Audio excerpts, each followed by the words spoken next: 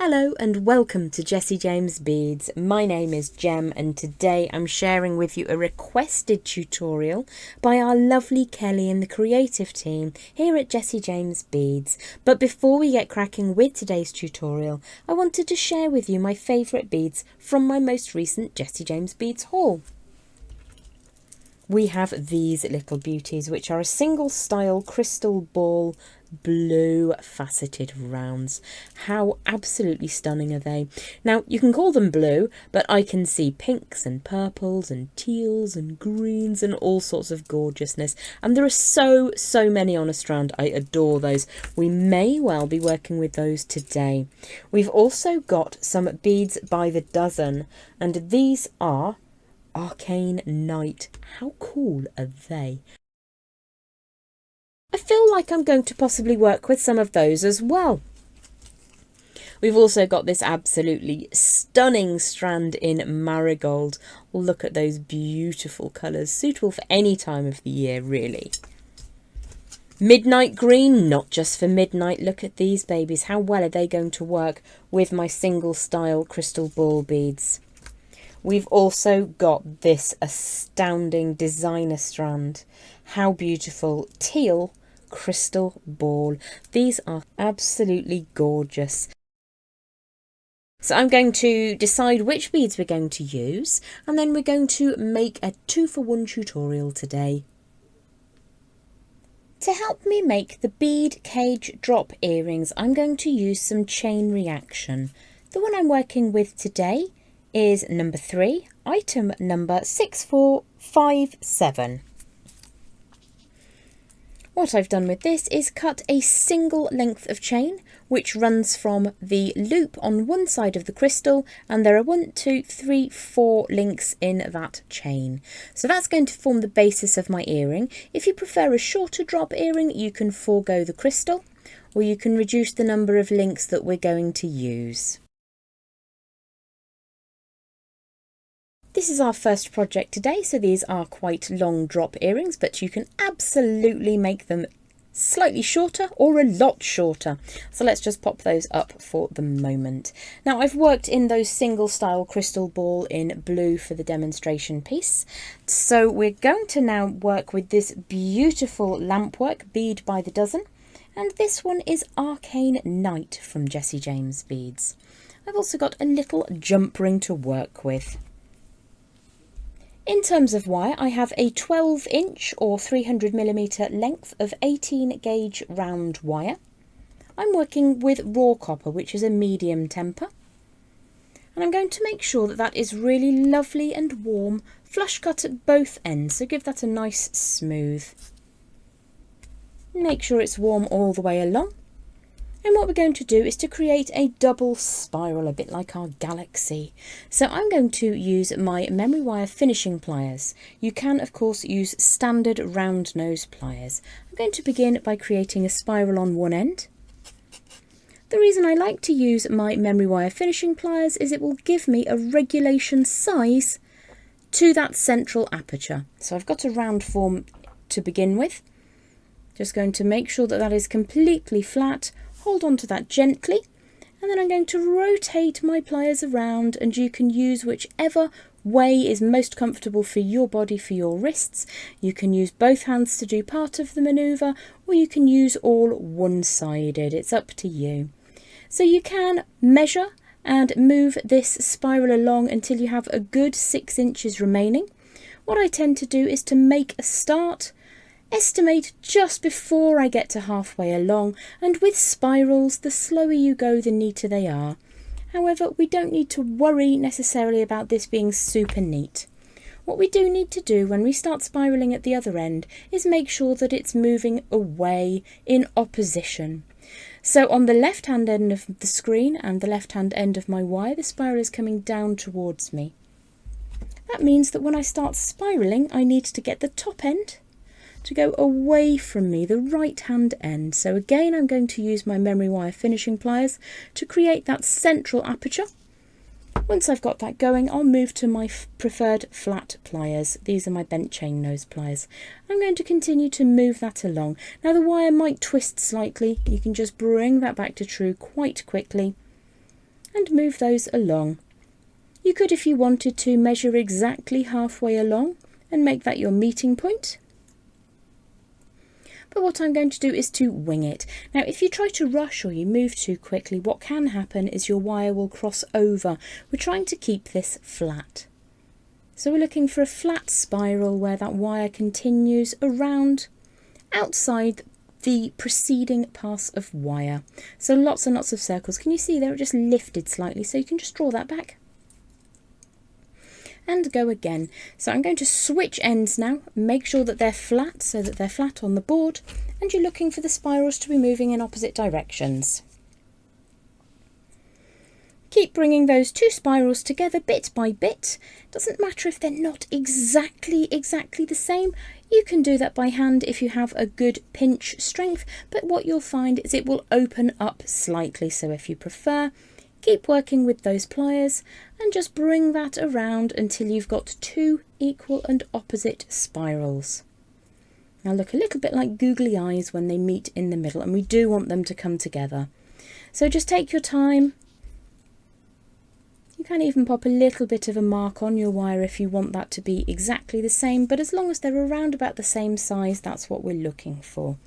So I'm just going to take a second to make sure that both of those are nice and flat. There's a little bit of deviation in my wire just here, so I'll open that back out, rub that to give it a little bit more warmth, grip with my pliers and see if I can't tighten that up slightly. And then make sure that that meeting point is really close in the middle. If you do kink that, you can just give it a quick straighten and bring that back round again. Do take your time. So once you've got the little googly eyes, we're going to turn it into a little Madonna bra. So what we do need for this is the round nose pliers. If you've got really chunky round nose pliers, or if you have one of those coiling tools, all the better. I'm going to show you with round nose pliers because most of us have got a pair of those. So what we're going to do is bring them down onto the board, sticking upright. I'm going to put the end of my plier through that hole. If I show you sideways, that's what we're looking to do. Now I will do this sideways so that you can see exactly what's happening, but for yourself, if you balance that on the desk and start bringing this down, you will be able to get a really nice gentle spiral away from the top there. I'm going to show you sideways. So one either side of that innermost spiral, and then just bring that down gently, little by little, like a helter-skelter. Like a helix that is gradually increasing in size. So we're looking to keep the gap between each of those little passes of wire as similar as possible. Flip that around and do the other side. If you find that one is lifted up slightly, you can just pinch that back together. We'll be playing with that a little bit more in a moment. So again, on the side, I encourage you to hold it like this when you're working. In fact, I'll show you from the top action now. So just bring that down. Don't worry about the very central piece, but bring that down one spiral at a time, gradually opening it out. The slower you go, the neater it will be. So just take your time, and we'll be compressing this back up in a moment. We just want to get some space in there. So retract your pliers out of the way, and then you can compress those down if you need to. Another way that you can ensure that you're getting equal spirals is to count the number of times that the wire wraps around that centre. I'm just going to pop this first one back on and open out that centralmost spiral a little bit, so just little by little until that opens down a bit further. If you go gently, then if you pull a little bit too firmly, you'll be able to correct that. So you can see why I think of this as the Madonna bra, and you've got those two little whirlpool-like spirals. What we're going to do now is to grip exactly centrally across the line that joined those two spirals. If I show you from the top, and then I'll flip that over. So I'm going to grip dead central, flip it over so you can see from underneath. And what I'm going to do now is fold that wire. And you'll bring those two halves together. Now it's quite usual that there will be a little deviation. Let me bring that a little bit closer. A little bit of deviation, so all you need to do is gently prise that apart or close it up as you need to. So this was a 12-inch length of wire, and this is suitable for a large bead. So I'm going to show you now how you can add your bead into the middle. and then you can work out which kind of bead size you want to work with. So once you've just smoothed that through, hold it and take a look at it from all of the angles. You'll be able to see if you need any manual intervention there. And just very, very carefully prise that open, pop your chosen bead inside, and then pinch that back together. And you'll find that your bead is nice and safe inside that twizzly cage. So what we're going to do now is to pick one of those ends, slide those pliers in between the topmost sections of spiral. You might need to just open that out slightly and just pull that up. If I show you that from the side, just pull that up and away, and you can see that we've now got a little hanging loop. So I have an earring prepared, ready to go just here. There we go. And what we're going to do is to use 2 pairs of pliers and a jump ring to attach this all together. So open up your jump ring, pop that through the loop, and then we're going to add that to the drop of chain that you're using for your spiral cage bead drop earrings. So let's just close that up, push that back into true, give it a squish, and there you have your earring. Whenever you make earrings, I encourage you to make those 2 pieces at the same time, because this is a 12-inch length of wire. It's quite a lot. You can compress that up if you need to, but you will want them to match. So you have your 2 long drop spiral cage earrings ready to go. I thought what we could do is also add a little pendant to match. So I've popped a split ring through the top loop exactly the same way as I added the top loop onto those earrings.